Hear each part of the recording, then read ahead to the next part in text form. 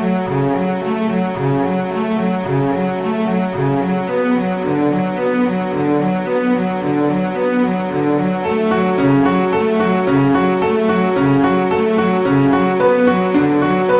everybody, welcome back to another episode of Card Talk, a podcast where we spend a little bit of time talking about cards from Lord of the Rings card game.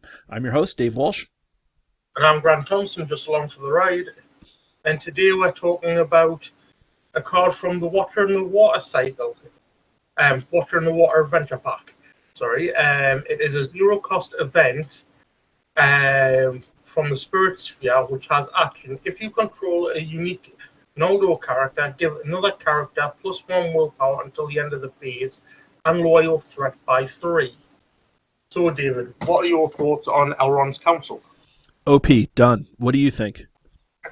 Agree. It is extremely overpowered and definitely must have in all my Spirit decks with any sort of Noldor characters, whether they be hero or otherwise. Yeah, I mean, this card is crazy nuts. Yeah, it only works if you have a unique Noldor character. But let's think of all the unique Noldor characters that were out in Khazad-dûm and Dwar-Delph.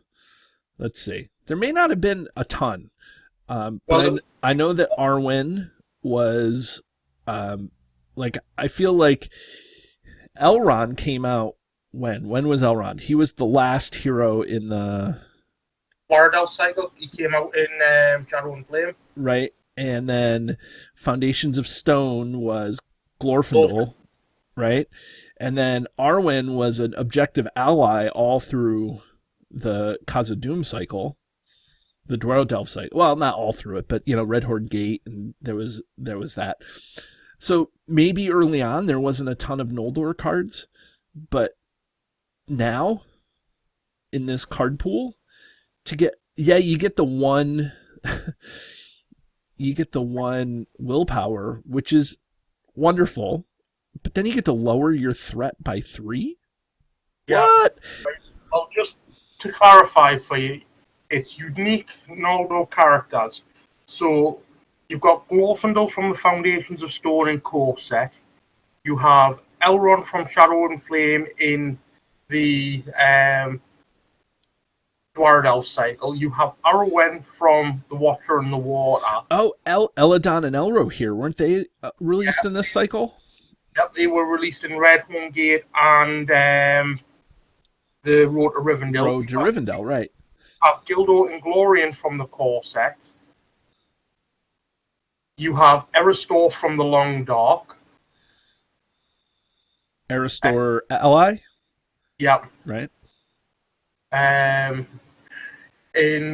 that's just a few from the top of the list that I can see that were from the beginning of the game. Right. This is almost...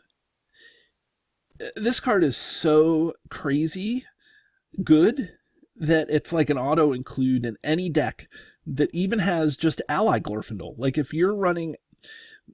And I say Ally Glorfindel because Ally Glorfindel is good enough itself because you can discard Ally Glorfindel for a lot of reasons, for a lot of different effects. Lorien, the Protector of Lorien for Eowyn, whatever you need to discard cards to give a boost. But then you can play Ally Glorfindel from your discard pile. So you can play him from just about anywhere. And so even if you're just running a single copy of Ally Glorfindel or two, if that's the only Noldor you have in your hand or in your deck, you run Elrond's Counsel. Like that's what you do. Like it's zero cost. Yes, it does take up a deck slot. I get that. But you personally gotta say this is a freebie. Yeah, I mean it is a freebie though. Like the only time you don't want to see this is if you're running a deck where it's so light on Noldor that you don't have any Noldor in your on your board at the very beginning, and then you have like 2 of them in your hand to start with. I mean, this card is just so good for zero. 0. Yep. I mean, lower your threat by 3. How much is a 3? How many cards actually lower your threat by 3? I guess the Shire Folk, the new Shire Folk card is Hobbits, and it lowers your threat by 4. It's neutral and it's 0 cost. But I mean, the Galathrim's Greeting costs 3, and it lowers your threat by 6. And this is half of that for no cost. So, like, I don't know. Let's have a look then, shall we? It is conditional that you have to control the Noldor. That's the only thing. But like I said, for when it was created, this card is great. And this card is great multiplayer. You know, like, it's great in any way that you're playing the card. Okay, so I've just for argument's sake, I've went on Hall of Beyond, went for events, and went and had a look for threat reduction or threat control. Okay. You have Elrond's Counsel, which costs 0. You have and reduces your threat by 3. You've got Gladrum's Greeting, which reduces your threat by 6, or each player's threat by 2 for the cost of 3. Right. You have Tina's Lances, which obviously gets reduced for each card with no victory Right. points. And that costs 5, right? Yeah, that costs 5 standard, but reduces your threat by 4. Yeah. You have Smoke Oh, how Rings. much does it reduce your threat by? 4. 4, okay. Yep, you have Smoke Rings, which reduces your threat by 1 for each pipe you control, which costs 2. You then have Well Warned, which after a player engages an enemy, reduce his threat by X, where X is that enemy's printed threat, which costs 0. Island Amid Perils, which we all know about, right? Reduced by the Sylvan's cost. Yep. You've then got Needful to Know, which is Secrecy 2, but costs 2. You raise your threat by 1 and look at the top card of the encounter deck, then reduce your threat by X, where X is the threat of that card. So, I mean, we could go on, but the point is that this is the cheapest, most reliable threat reduction in the game. Yep. I mean, that's basically what all those cards. Yeah, this is conditional because you do have to control the Noldor. I get that. But for 0, you can play it immediately. You can raise a character, and I get it. It has to be another character. So if you're only questing with Glorfindel, you can't use you can't do this. Okay, so you have to do both. You have to, because it says and. So you have to control. You give another character +1 willpower and lower your threat by 3. But you can still give it the +1 willpower and not quest. Yeah, that's right. Okay, so that whatever. So if you only control one hero, and that's it, you can't use this card. Well, you can. You give it to a character that somebody else controls. Yeah. I'm trying to figure out some way that I could blow this. I use this card all the time, and I've never once sat down to really try to figure out a way that you can't use this card with the exception of the Noldor requirement. But that is the only requirement, the fact that you have to control a unique Noldor character. It doesn't state that you give another character you control +1 willpower until the end of the Right, so if you're playing solo and you only control one, if you control Glorfindel, and that's it. That's the only, or you control Elrond hero, and you don't have anybody on the board, your board state got blown up and you have 2 heroes in the discard pile, whatever. That's the only time you can't use this thing. But even then, you can use it just to reduce your threat. Well, don't you have to be able to do both in order to do it? I don't know. I don't know. You see, I guess even regardless of all that crap, the point is that there's really not a case where you can't use this card to your benefit. Exactly. As long as you've got Noldor in your deck, this is a free card that reduces your threat. Don't worry about going over the 50 card limit because it's reducing your threat by 3 for nothing. Right. Totally agree. 5 cards if it meant having 3 copies of Elrond's Counsel in my deck. Right.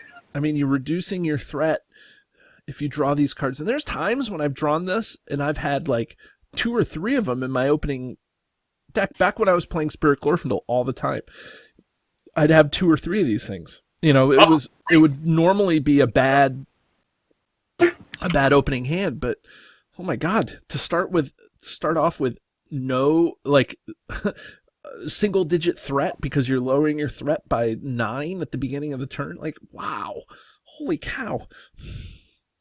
Yeah, one of my versions of the Dun here, Duck Shoot, I had a starting threat reduced by 9. And then the bonus on top of that from Fastred, right? It was ridiculous. I dropped my threat down to 0 within 4 turns.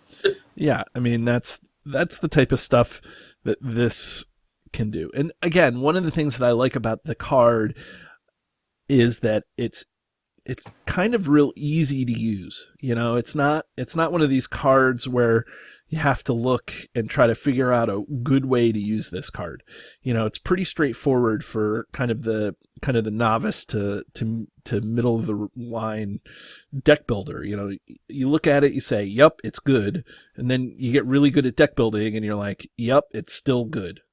Like it's not janky. There's not a lot of requirements, so it makes it easy to build a deck and use this as a tool. This card should go in every deck with a unique Noldor. Yeah. So, are you ready to ring this card? Yeah, let's do it. So, for those people who are new to the show or forget, remember we have a highly scientific yet arbitrary system where we ring cards on a scale from 1 to 10, where 1 is the one card to rule them all, and 10 is the trash bin. And so, Grant, where would you rank this card? I'm going to pass this one over to you, David, because I want to see where you put it first. I'm going to give it a 2. This is a pretty easy card for me to rank. I think it's useful in so many different types of decks. The only reason why I'm preventing it to get a 1 is because you do have to control the unique Noldor. And as the card pool expands and expands, it's just... Noldor isn't necessarily the go-to, one of the go-to factions, one of the go-to traits. It's a but I think when this card was released, this card was like go-to because Spirit Glorfindel changed the meta of the game for so long. Not just Spirit Glorfindel, you had Spirit Eowyn, the ally, and she popped up in nearly every deck because of that +1 defense. Now that you've got Ally Eowyn out, it's less likely to see her on the board because more people use her. But even then, as long as you've got a Noldor or access to a Noldor, put it in. Right. Yeah, that's exactly right. What do you think? I'm like you. I'm going to give it a 2. And I can't justify giving it a 1, even though I love this card and I use it in a lot of my decks that have access to Spirit. But at the same time, yes, I said it's a freebie and I go over general card limits, but at the same time, I'm not going to give it a 1 because of the fact that it has restrictions, it has limitations. Yeah. Okay, well, wow, we've been agreeing a lot lately here. I'm looking forward to getting another card where I think it's awesome and you think it's junk, or vice versa. So, when was the last time that happened? Done heap. I mean, done here. Anyways, join us again, everybody, as we talk about more cards from the card game. Have a great day. And if you're interested in finding this or any of our back episodes of Card Talk, feel free to search YouTube, where you can find our flagship video episodes with the username Card Talk 2018, or you can search the RSS feed cardtalk2018.libsyn.org for our extended audio versions of our podcast, or you can find us on Facebook at Card Talk 2018. And if you have any questions for Grant or myself, or for both of us, feel free to email us at cardtalk2018@gmail.com.